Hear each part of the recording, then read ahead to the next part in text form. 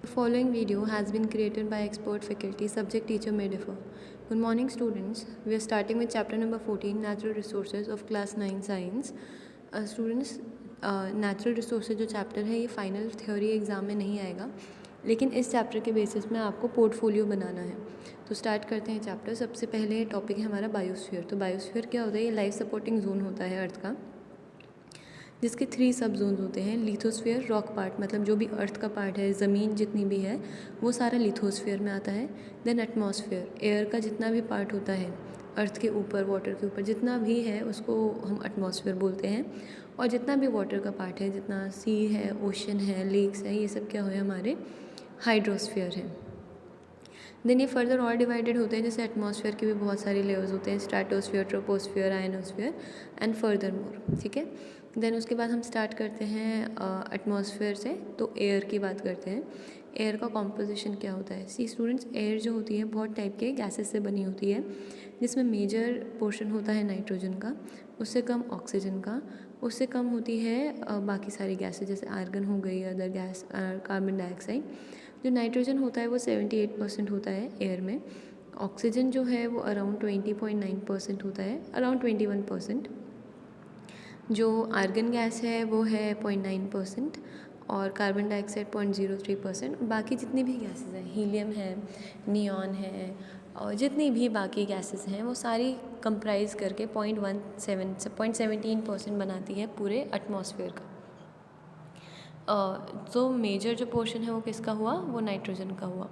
उसके बाद ऑक्सीजन है, बिकॉज जो ऑक्सीजन है उसको सी स्टूडेंट्स, जितने भी हमारे ग्रीन प्लांट्स हैं वो क्या रिलीज़ करते हैं? वो ऑक्सीजन रिलीज़ करते हैं। तो वो ऑक्सीजन इसलिए जो है हमारे एटमॉस्फेयर में बहुत ज़्यादा है।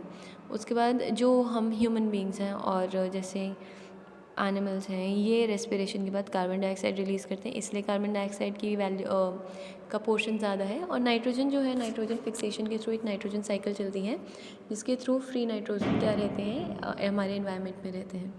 देन होता क्या है, जो ये कॉम्पोनेंट्स हैं, जो अलग अलग कॉम्पोनेंट्स हमारे एटमॉस्फेयर का, लिथोस्फीयर का और हाइड्रोस्फीयर का, इनके बीच में आपस में क्या होता है? इंटरैक्शंस होती हैं। ठीक है, जिससे कि बैलेंस बना रहे बायोटिक और एबायोटिक कंपोनेंट्स में।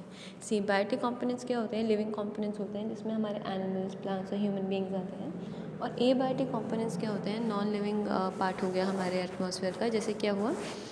एयर है, वाटर है, ये सब मिनरल्स वगैरह, ये सब किस में आते हैं? एबायोटिक कंपोनेंट्स में।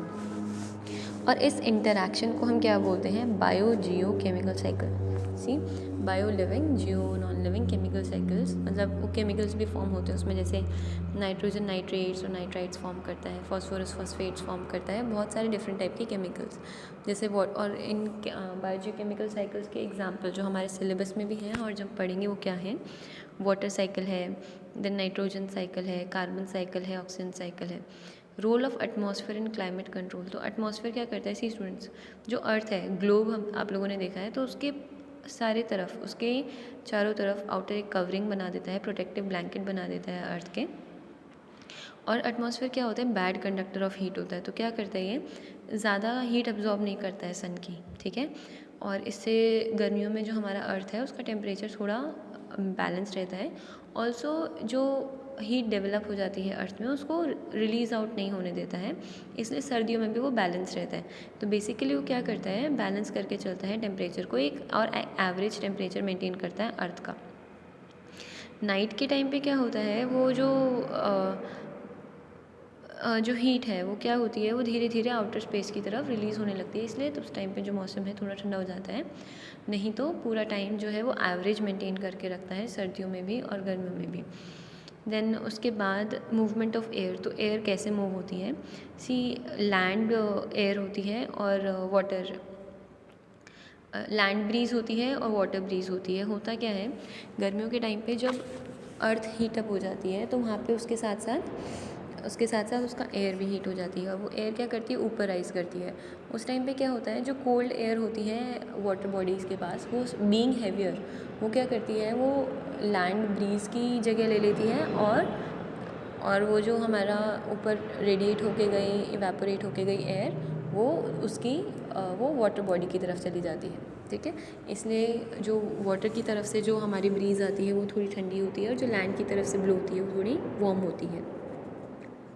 सिंस लैंड जो है वो जल्दी हीट अप हो जाता है, तो जो एयर है वो भी उसकी जल्दी हीट अप हो जाती है।